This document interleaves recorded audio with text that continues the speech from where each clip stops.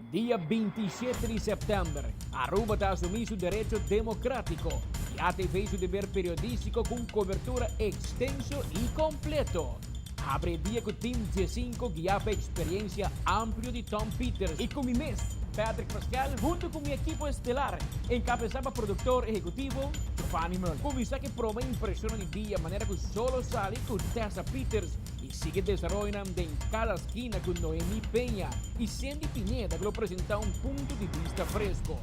A TV lo tem tour notícia de momento cobrir com Nelson Speed Andrade.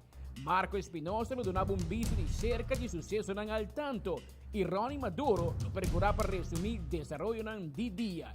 Ne otra banda, Aldrich Werleman lo procesa dato nan di cada urna electoral, mientras que Francis Solonier lo descifra el sistema democrático de nos país. Team G5 te reforza su cobertura con reportaje analítico, los reporteros jurídicos Aisel Simon y los reporteros investigativos Roseanne de Weaver. Los reporteros español Alejandra Forero nos duranos un visto de comparativo regional y los reporteros en inglés Jansen Liu lo brinda su vista crítico pedía. De estudio, productor Emily Hudson, los turcos junto y hasta Abori Bacaya, porta parte de Team G5, mandando por reportaje a los reporteros de medio social Rebecca Santos do Nascimento.